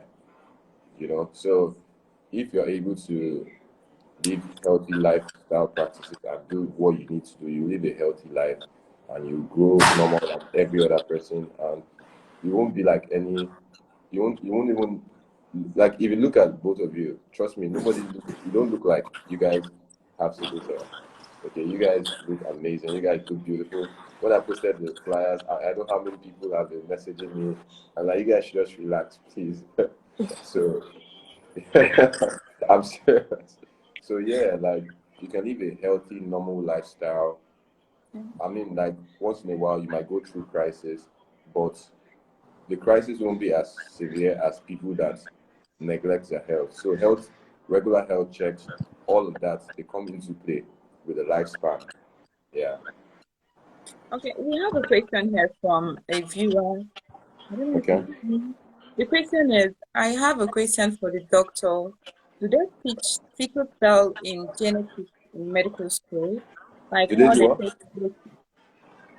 do they teach sickle cell in genetics in medical school? Just like how they take respiratory, cardiac, neuro, and the rest. Or like as a course on its own. That's what she's saying, I right? guess so, yeah. I get No, no, the no. question No, says, they don't. do they teach sickle cell in genetics in medical school? Or I in think it's as genetics a topic under genetics, topic. so as a topic Oh under yeah. hematology. Oh yeah. I mean, like definitely in medical school, you sickle cell will come in different subjects. Sickle cell definitely comes in different subjects in hematology, in genetics as well. Yeah, they do. It's very Okay, important. another question. Secondly, what's your approach to a suspected addiction to opioids in a sickle cell patient? Because What is the first, what? what's your approach to a suspected addiction to opioids Okay. in a sickle cell patient? Okay. The first thing is to get the person's full history. Okay, you have to communicate with the person. Like, let's take for instance, if I'm suspecting you're addicted to opioids, I would like to hear from you and understand what you're going through. And if eventually I suspect that okay, you're really addicted, I mean, there's no straightforward gold standard like particular approach to that, but the best approach would be to help you taper the drugs down because you know that the medications are helping you cope rather than stopping it abruptly and be like, oh, I'm stopping you off all opioids. So if possible, let's say for instance, the person is addicted to a certain number of pills, you can step it down to like half. Okay, from there you're reducing and you're helping the person cope. But you have to also find out why is the person addicted? Why is the person having repeated repeated pain crisis, right? Why is the person having repeated pain crisis? So most times when people are having those addictions and they're having repeated crisis, then that's the point that you know that okay, they might need to step up their treatment, maybe add hydroxyurea to their treatment or something else, you know. So um it's a full it's not just a straightforward thing. So the person needs to also be willing to get that support. Okay, the Yeah. person needs to be going to see the doctor. But if the person absconds from the hospital, you find out the person is addicted, and you tell the person, let's see, have this appointment, and the person doesn't come, and you can't help. Like you can't. I don't know how to put it. You can't Can force I the can I person. try to answer the question? Yeah, sure. Okay. So there was a time that I actually had dependency. I won't say full blown addiction. I would say dependency Okay. on pens. And at a point I started using more than one vial, more than two vials in order to have to go through my pains and my crises. And I would say first things first, you need a very good support system and environment. The minute my sister noticed, she made it clear to, she first of all had a conversation with me about it. And then after the conversation, we actually went to see a psychotherapist. So I went to see, I remember mine wasn't a thing of, funny enough, mine wasn't even a thing of, mine wasn't a thing of crisis. Mine was a thing of insomnia. So pens, I don't know, Ebika, I don't know if you've used pens before. It makes you sleep. Yes. So mine was a thing Yeah. of insomnia. So I started using it as a coping mechanism for insomnia. So that's why it's very important to know where is this coming from. Because if you don't know where it's coming from, you are unable to actually attack the issue properly. So when my sister found out that okay, this was the perspective it was coming from, so she signed me up for sleep clinic in Federal Neuropsychiatric in Yaba, and she also signed me up for CBT, cognitive behavioral therapy, which helped with having to go move away from the dependency.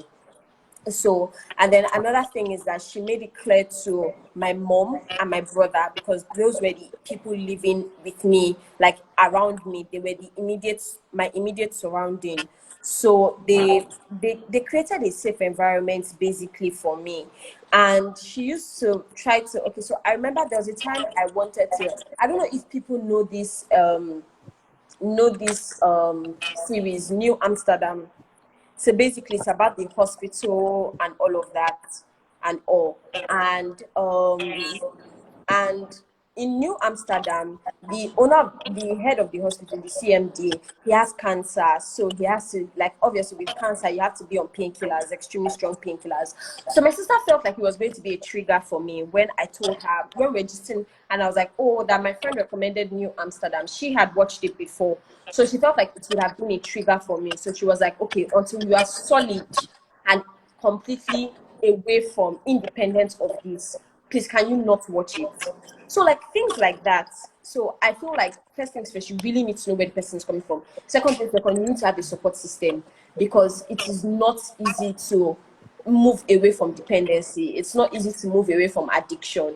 And I was having a conversation with someone, and in all honesty, it's understandable. I mean, first things first, it's not many of us. Let's use the example of someone that can't afford medications, or someone that can't afford proper feeding. The person is going to go into crisis a lot.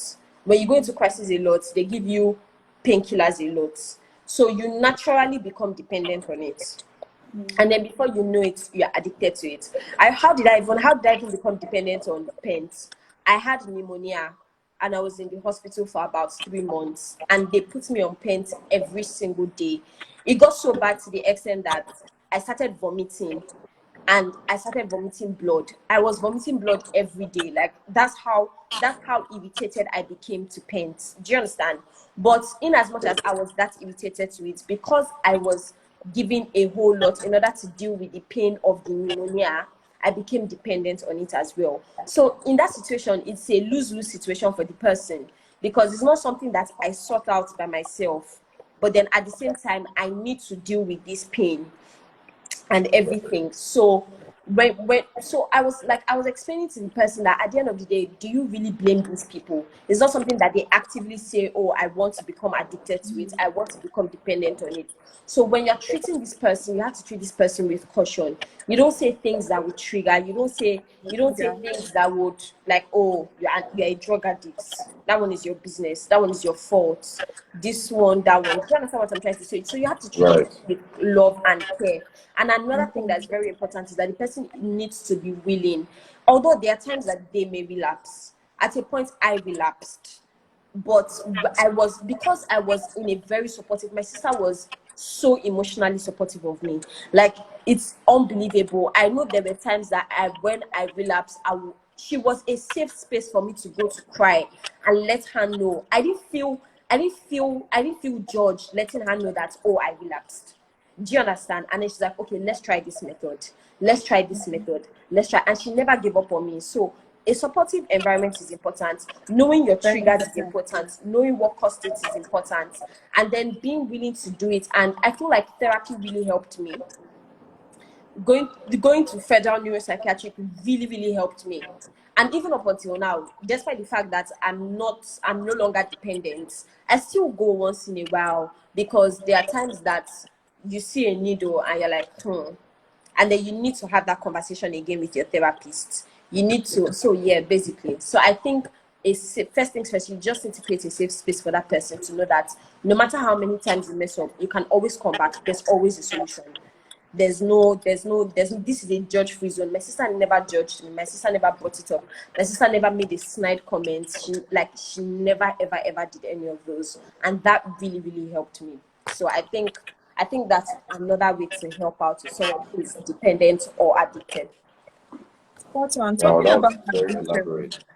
Yeah, talking about addiction, there are so many warriors out there who are so dependent on one drug or another.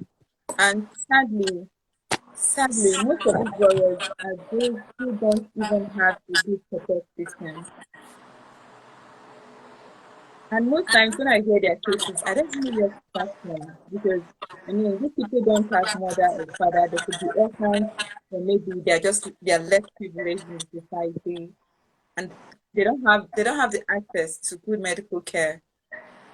Okay, like I have come in contact with two warriors like this, and sadly, I lost one in the month of February. You said sadly you did what? I lost one in the month of February. Oh wow, Yeah. it's an interesting story. The first one was, how do I even explain his case? There's so many warriors out there, and most at times, just like how Halima talked about self-pity, I don't know if it is a mental case or a mental state, because they don't really have people around them who take care of them. Yes. They're more like the people, I mean, they're just there. And there are so many pharmacists who meet them on a day-to-day. They come to the pharmacy store to get one painkiller or another. These are people who cannot really afford good medical care, but because they want to be able to control that crisis pain that they are having, they will go to them to get this tramadol and some of these painkillers to inject themselves. It's a very serious case, and most at times, like I remember there was one that, like, we were ready. We already had people who were ready to take him to a good medical care, like just take care of him. But sadly, we noticed that the money we kept sending to him, he kept using it to get painkillers that he kept injecting himself. Okay, How take old us is to he? your parents. I think he was around 14 to 15 years old. That was 2 years ago or 3 years ago. Wow, that's Take us young. to your parents. He wouldn't. Take us to your caregivers. He wouldn't. And I know that there are so many warriors out there like this. They don't try to be truthful. I know that yes, you have this case, but at least try to be truthful to people who have seen you and trying to help your condition. They get addicted. You're trying to help. Okay, because I mean, there people don't just help. I mean, you don't just take someone and say, okay, let me take you to this hospital. You have to know where this person is coming from. Okay, if they Yeah. don't have their parents, where is their relatives? Who do they answer to? Where do they live? So you see them, they just don't want to be truthful to you. And it costs a lot. It costs a whole lot. And I don't know, Halima, have you seen people like this? How do you think is the best way to come in? How do you think is the best way to help them? Because this last one we lost, it is so painful to me, because I don't know, Dr. Meka, I can remember last year, late last year, I told you I was ill, but I had a Yes, case I was trying to handle. yes. He was the one. I mean, I myself, I was ill, but I was trying to handle the case. But he wasn't helping out. I mean, this foundation was ready to, okay, what surgery are we doing? What are we doing? Because he sustained an injury due to the constant injections he kept giving himself. I think the vein or something. How can we help? Who are your parents? Who is your brother? He will tell this person this thing. He will tell another person a different thing. Where will you come in? How will you come in to help? Well, I feel that that is why we're having this the goal is to raise more awareness of ways they can cope in general with helping their and for the care. We're talking about like, for instance, I'm sure some of the foundations that get these young people that have no parents and living with sickle cell. Sometimes the issue is that maybe sometimes there might be a lot of people that are taking care of, and it's just one person, and the work might getting overwhelming, such that everyone doesn't have that individual attention. Um, it's a very difficult situation. I can't like, um, but like you said, the first thing is I mean, even if for someone to be willing to seek help, it means the person needs to be aware of what he's going through. So I feel Yeah. the first key is still in that education. You know, Yeah. as And they much need as to know, possible. they need to know the consequences of what they are doing. I think the Yes. time I remembered and realized the consequence of what I was doing was I wasn't feeling fine and I was on admission, and I don't know if but like the hospital in school, what they usually do is sickle cell, although they divide it into gender, but then they always put sickle cell patients together. Yeah. So I remember there was a sickle cell patient, although it was a guy, he wasn't in our ward, he was in the male ward. But then because you guys are all together and we used to have sickle cell clubs, so we kind of sort of knew each other. So they were twins actually, and they literally had to amputate their legs because they kept injecting themselves. So it was until that was an eye opener for me. I was like, what the hell? I was like, what the fuck? Like, are you serious? Like, they literally had to amputate their legs, twins, two of them, and they're the only kids of their mom. So I feel like sometimes they also need to be aware of the consequences of what they are doing, and like, this is what will happen. It may seem like it's okay now, but eventually this is what will happen. So I think that's another thing. But honestly, it's just a thing of they need to have the willpower and they need to make up their mind that I am not. And the only thing that you can keep doing is advocating until they get to that point where they make up their mind that I'm done with this. I'm ready to actually get a straight life. I'm ready to move on. I'm ready to be myself again. I'm ready to break free. So yeah. Okay, so since I think we're saying the same thing, which is the key is the awareness and knowledge, right? Yeah. So there are different ways people can create this awareness, which is, for instance, what we're doing right now, going to schools, this is that. But what other ways do we think that we can involve like individuals? Because this is not a thing for the government or just for health workers now. This is a thing for everyone. What ways do you guys think we can, create more education for this kind of things, like for people to know the consequences of things that they do in terms of dealing with the sickle cell? Like, what I feel like that there could be like ways people can be involved. How do you think we can create those kind of awareness? Talking about the experience I've had and the people that I think we also need to integrate in this awareness campaign, I think pharmacists, local Okay. chemists, Pharmacies. people I who think sell, pharmacy shops, right? yes, people who sell drugs in the villages, rural communities. I mean, I think they're the ones that often, I don't know if there is a law, but there are some certain drugs that are not supposed to be sold to just anyone who just come and say, "Give me this Yes. drug." So we really need to, get them involved in this campaign, let them know that this kind of drug, if you have a sickle cell warrior who often comes to get, this is what you should do. Please direct the person to either a sickle cell club or a hematology unit or a hospital that you know that they are very good in taking care of sickle cell patients. And if luckily, if we're able to, campaign with them and get them involved, we can get them involved with all these NGOs that make medical attention free for these warriors who are orphans and people who are in the less privileged areas. I think this is also one of the approaches that we can use to solve that kind of issue. Getting these local clinics, pharmacies involved in it, letting them know that you don't just sell these painkillers anyhow to these people. the pharmacy channels, I think they're very important because these days, Yes. like when people are sick, before they even call the doctor or go to the hospital, they'll go to the pharmacist, and so I feel like when they go to these pharmacies, I feel like apart from those, even if the pharmacist, let's say the main pharmacist is not around, if there are like flyers that are there, that can explain some of these things that okay, they just walk in there, they're confused of what they have, you just give them the flyers, they're able to read out. Then also, I feel there's a way we can write this down so we can actually implement them. I think I'm I think actually that's writing down. I'm yeah, and writing down. also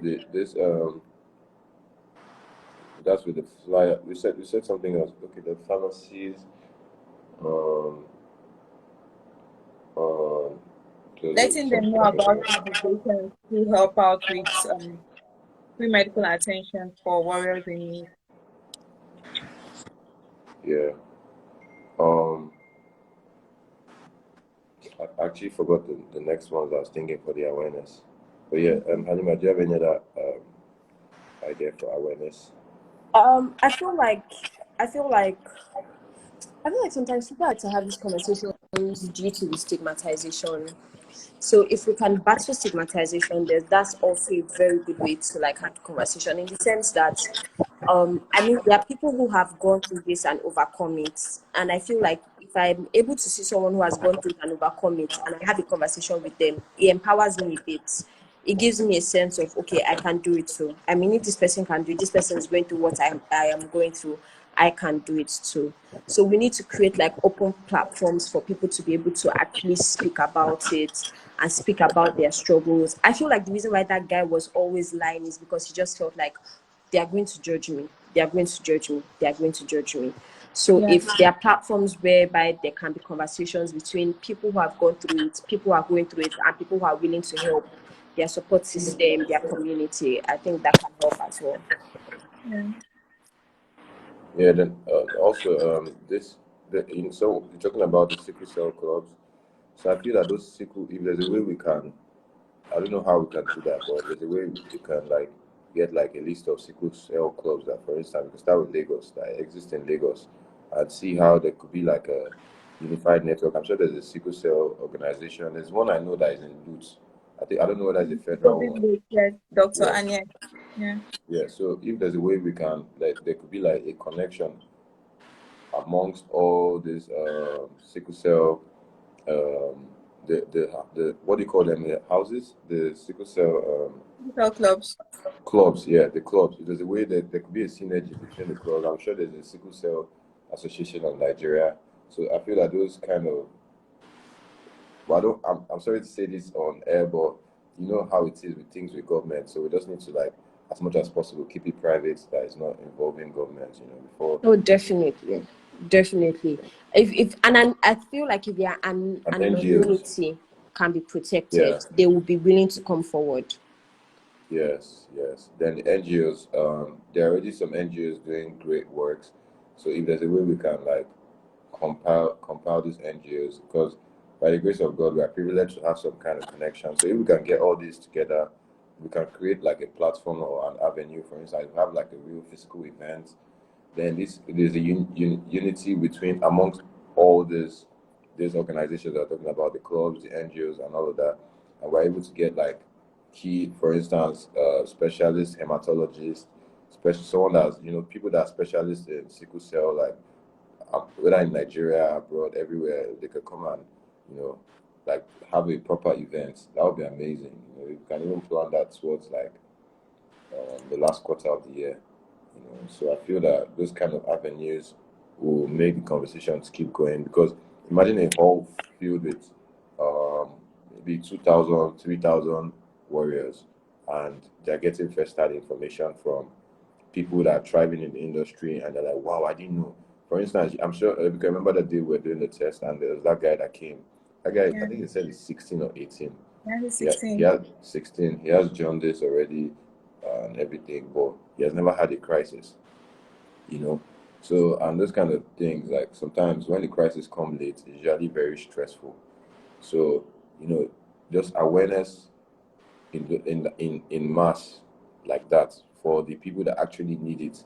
So, if there's a way we can call for the warriors, there are caregivers, some doctors, people that play a vital role in general, then the NGOs, everything. So if we have all of that and we have people share their story, we could get some testimony from them. We might even see some people that don't have any help at all. Some NGOs might be able to like take care of them, just creating a platform and being able to. And I feel like this kind of thing, if we have the right plan, we'll be able to get nice media publicity and everything. And I feel that we have a great project.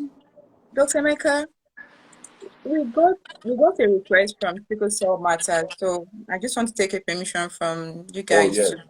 please, yes, please. But we also need to determine like what time we're rounding up with this, Yes, so we don't take. we said it was going to be an hour. Good good afternoon. I'm very. Hi, Peter.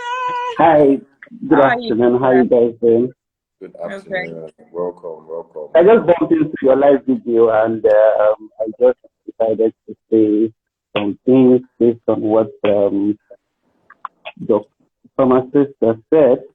Yes, so I understand that there's a lot of stigmatization and it's not easy to break free from stigmatization, especially when it comes from different sets of people. So I tell people stigmatization is on different levels, right? There is stigmatization from the government, there's stigmatization from the workplace, there's stigmatization from the family level, then there's stigmatization of oneself. Now, the stigmatization of oneself is still the hardest to break free, even if we try to break free from every other one. Why? Because the environmental factors are, to a large extent, reduce our self-esteem. Now, if we don't break free from accepting who we are, we cannot remove the stigmatization at all. Now, he was mentioning things about sickle cell NGO, sickle cell clubs. Yeah, there's a whole lot of sickle cell clubs since the 1990s. Right? So I've been with Luke Sickle Cell Club in maybe about 3 years, and I'm currently the PR of the club now. Right?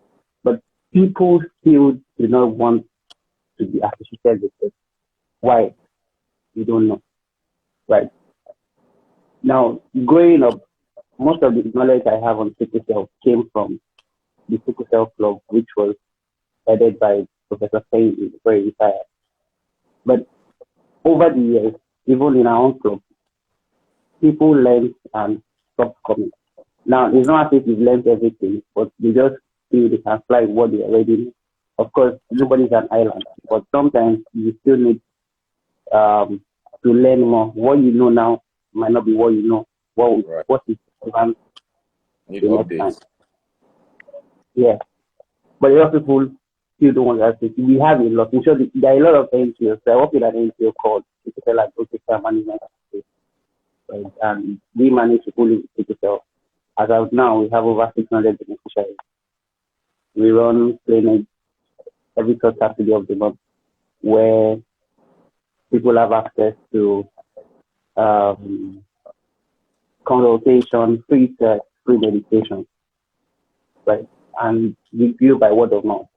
People who have come are telling people in different hospitals about it, right? So it is the people who live with sickle cell must be ready to associate because you cannot force anybody to associate with you.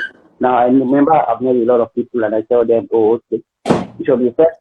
A lot of them deny that they live with sickle cell. I remember meeting somebody in school, I think I was in 100 level second semester. I said the lady was jaundice, right? And of course, I knew instantly. Of course, though Professor Kennedy will tell us you can't know somebody with sickle cell by just seeing them. You have to do a test. But of course, we're in the game. We know where you start people. Of course, not everybody has those skills. And she said, oh, it was malaria. I left her. And the following day or the following week, we met again during exam. And I noticed now she's a friend to some of my friends who already know I live with sickle cell, but I don't either. And I said, okay, so I live with sickle cell. She looked at me and I was like, really? And I was saying, okay, ask your friends who are also my friends. And that was when she was able to say, okay, I live with sickle cell.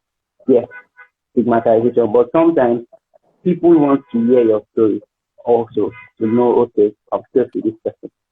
But even if some people are that even if they hear your story, they are still not convinced that you can help them. And so it's noble for us to want to help people, but the person must accept to be helped. Because without forcing anybody to be helped, you cannot force anybody at all. So it's, yes, there's a lot of awareness, there's a lot of advocacy out there, but people still feed on the wrong information. Why? You can avoid it. There's good information out there, but a lot of people still feed on wrong information. So we cannot avoid it, truly, truly. And it makes us who are doing the job, it makes us look at it, oh, we've not done anything in a year. Advocacy has grown since I started advocacy, right? And I still see even medical practitioners don't have zero information. So I made a matron where I went to for hospital checkup. I was also very fine. And I said I live with sickle cell. I said I'm ST. And she was like, oh, you don't live with sickle cell, it's sickle cell trait. I'm like, what? And I said, okay, ma, this is not sickle cell trait. Now she is somebody else, her brother is FS. And he said, ST is sickle cell trait. I should go and Google. I asked her, like, wait, I am a genetic counselor. I do this for a living. And sat down and educated her from beginning to the end. But she now said, okay. Right. So a lot of even medical practitioners. And if you want to correct them, you say, oh, who are you teaching my job? Which is wrong, but we are just okay. All you know at the next is not all that there is to know. So it's a whole lot of things.